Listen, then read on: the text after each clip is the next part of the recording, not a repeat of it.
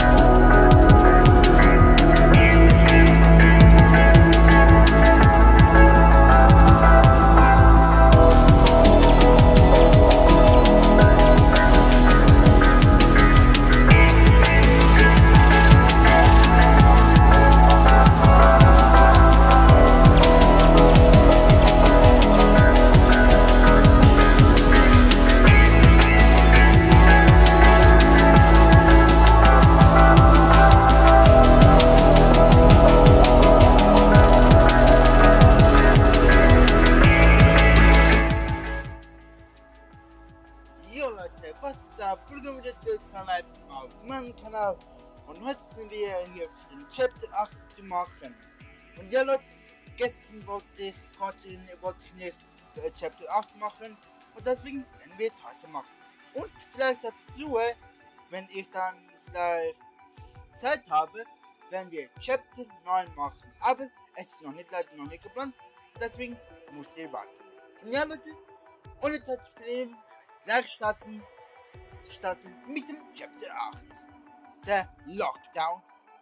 PAW Lockdown. Und ich wünsche euch viel Spaß und wir sehen uns gleich. Bis gleich.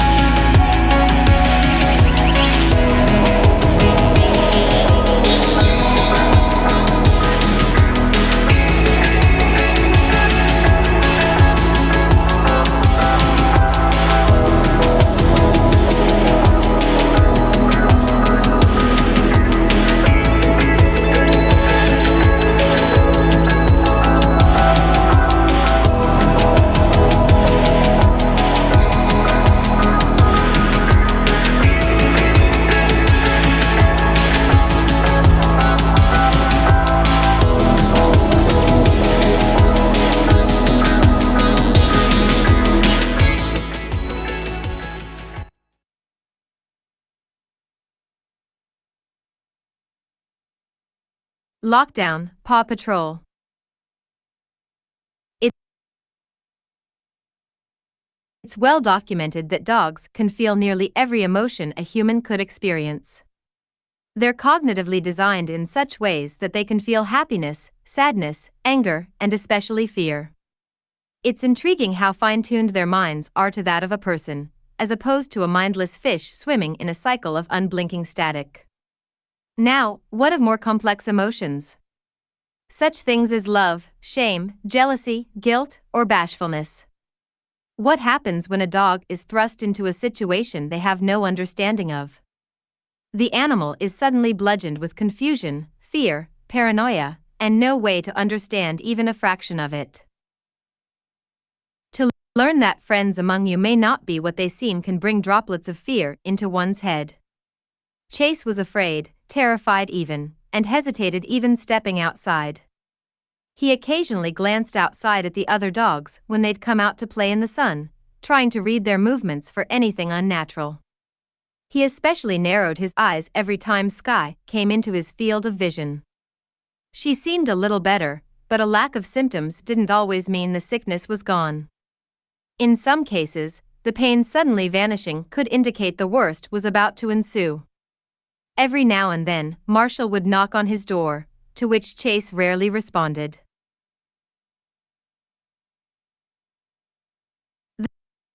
The shepherd slipped out the next day, walking into town while avoiding eye contact with anyone.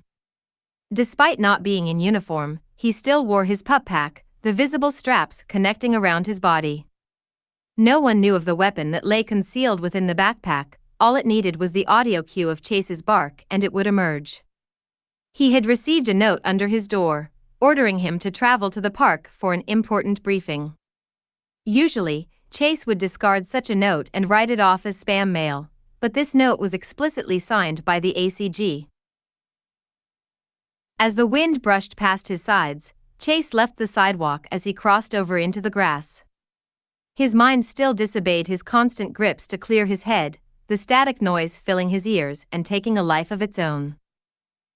"I'm not crazy," the police dog breathed, shaking his head.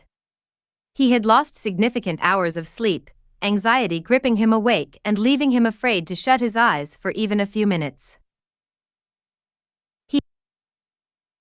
He found a bright patch of grass and laid down on it, purposely straying away from the other dogs as much as he could. His attempts were futile, however, as out of the corner of his eye he spotted a small terrier walking over to him. Chase stiffened, snapping his head in the other dog's direction. The terrier carried a smile on his face, a feeling of joy and carelessness. Chase knew this couldn't be the meetup. This dog was just an oblivious idiot, blind to the looming threat only he seemed to be aware of. "Hi," the terrier smiled, "I like your pup pack." Chase instantly growled in response, flattening his ears. Nothing could be trusted, not a single one of the animals he shared the city with could be trusted. The terrier drew back in surprise, hints of confusion crossing his face. He wasn't at all expecting the hostility from the shepherd, knowing full well the reputation the Paw Patrol carried. The terrier held up his paws defensively. "I'm sorry, I dash." "Piss off." The smaller dog whimpered slightly and hastily turned, speeding off. Chase didn't leave the house thinking he would pull a gun on a random dog in the park, but the parasite could be anywhere. "You always talk to puppies like that," came a voice to his left, and Chase whipped his head around. He relaxed slightly when he recognized the Belgian Malinois before him.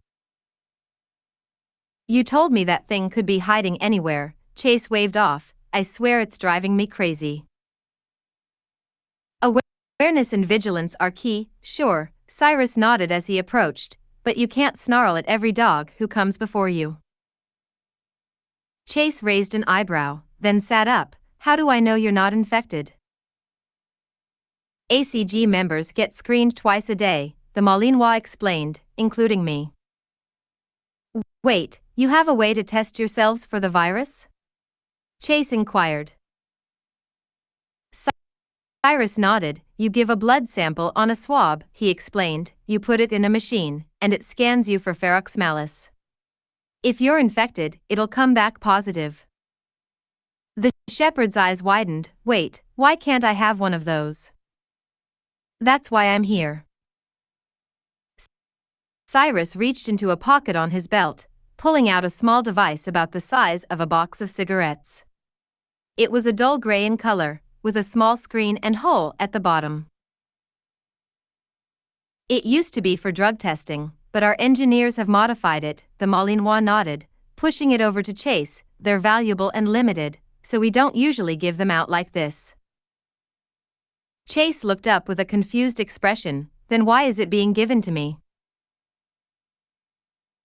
You're a special case, being the Paw Patrol and all, he explained it the best he could. Also, have you seen the weather?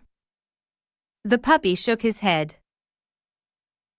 There's a storm coming, Cyrus warned, and not a small one either. It's highly likely most communication lines will go dark. You may lose power as well. Oh, how fantastic, Chase hung his head in exhaustion. When that storm hits, the ACG will have to temporarily assist in emergency services, and our investigation will have to pause. The reason I gave you that device is that we're going to be up to our ankles in helping out the public, so I'm entrusting you to start my own investigation, Chase finished, but if he stopped for a moment, wincing as dark thoughts returned to his head. If one of my friends ends up being it, how will I call you if none of our comms have gone dark? That pup tag I gave you will still work, the Malinois pointed. It's tied to an isolated radio frequency that works on its own. So if one of your friends becomes compromised Yes, I know, I'll call you, Chase interrupted, growing agitated. Sorry, a low wince left his mouth, and he confessed without realizing, I just don't like thinking about it. Cyrus sighed, briefly taking a moment to lick his paw. He knew Chase was just a puppy, and although he couldn't show it, he felt great sympathy for what the small dog may be about to go through. Look, I'm afraid too, he said softly. I just want all this mess to be taken care of, all these people safe, you know? After a few seconds of staring at the ground, Chase nodded slowly, saddened as he lowered himself back to the ground. It's my job to protect people. I understand, Cyrus nodded, but protecting people can be dangerous. Dogs in the army, well, they die all the time protecting their homes. That's just war. We've seen that since the dawn of time. Bitter words began to seep from Chase's teeth. This is different. Anyone around me could be a monster and I have no way of telling. They're not monsters, Chase. Cyrus looked over at the puppy. Yes, they're a host, but they aren't monsters. Yet, the shepherd hissed. Well, that's why I gave you the blood reader. Test your friends, and certainly test yourself, he instructed. If a reading comes back positive, call us right away. Chase looked up at him, briefly glancing at a group of dogs that ran past. There was a lingering question that had been on his mind, and he feared the answer. Cyrus, Chase asked, what exactly will happen to someone when you find the parasite in them? The Malinois sighed, tilting his head back slightly as he contemplated the answer. He didn't want to unroll the truth onto the puppy, but at the same time, he couldn't lie here, not to Chase.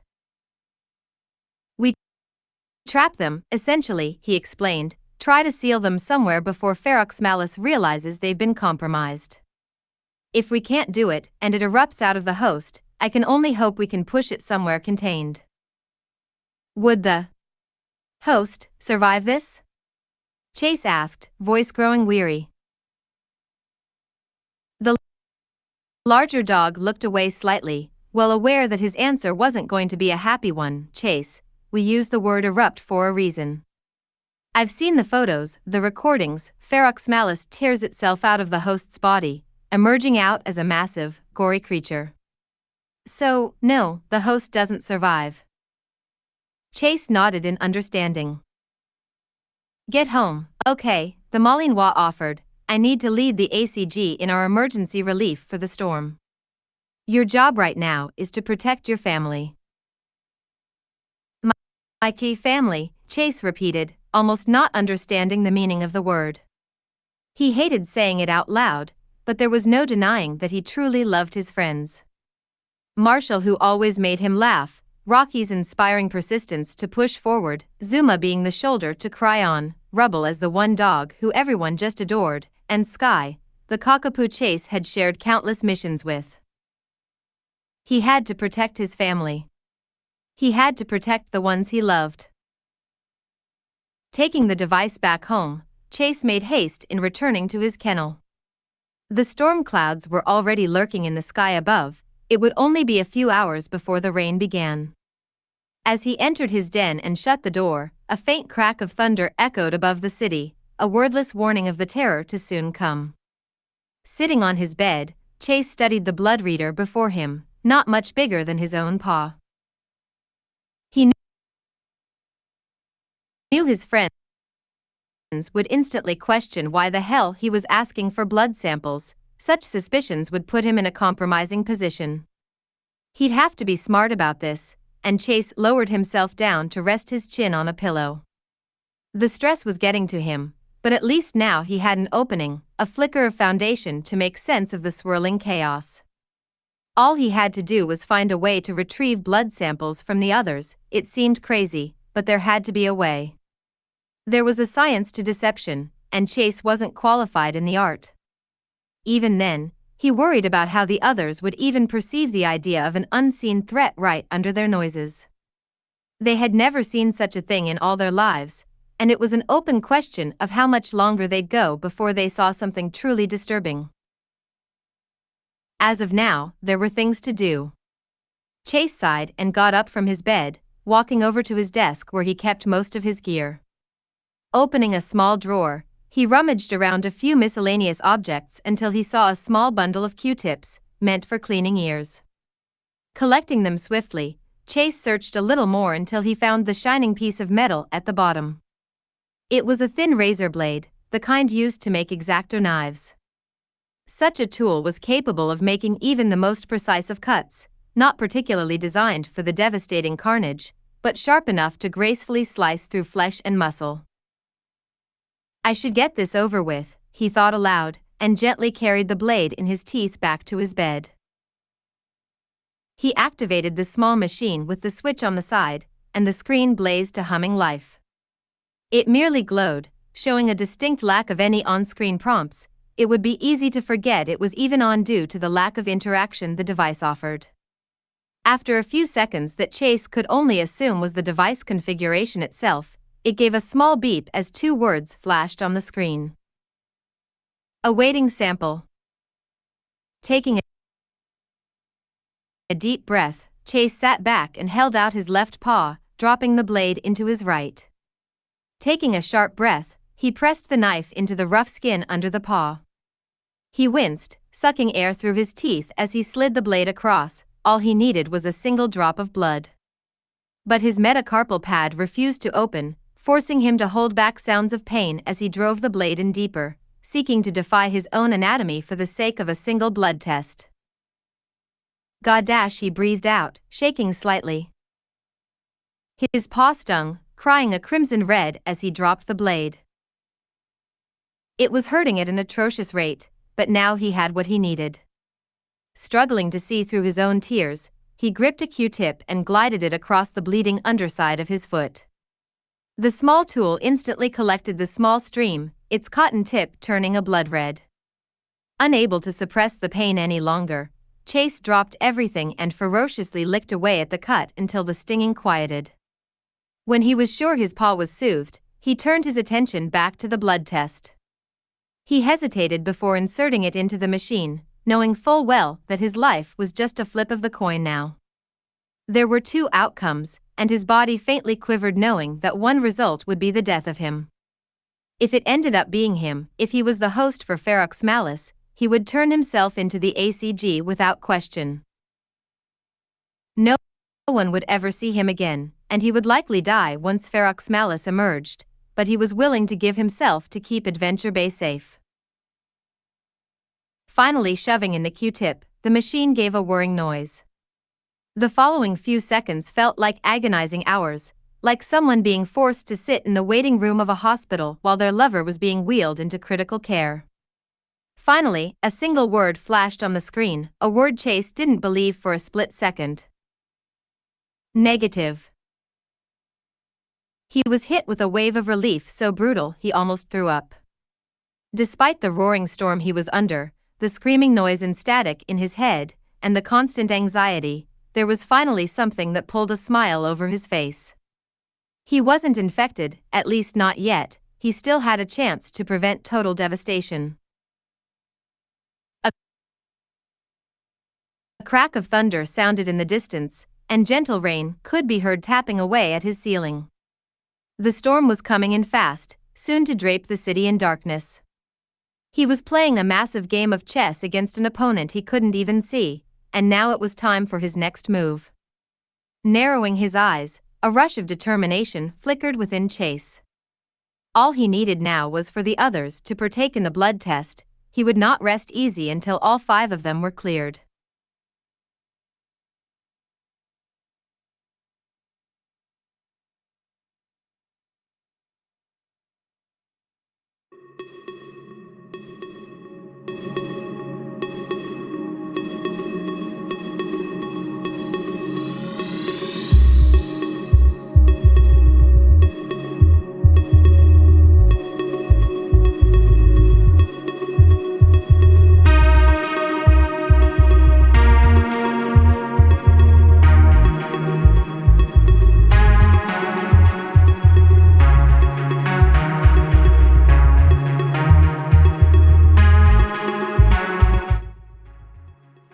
Also, jetzt kommt es.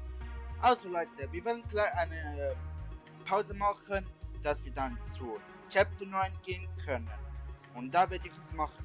Und wenn ihr wollt weiter dabei sein, den Audio-Livestream läuft. Wenn wir dort reingehen, ist gerade vor ein Link in die Chatbox, dass ihr dort gerade hinkommt und dort wird ihr nur meine Stimme hören. Und ja Leute, bis gleich. Bis gleich, dann für Chapter 9 anhören. Bis gleich.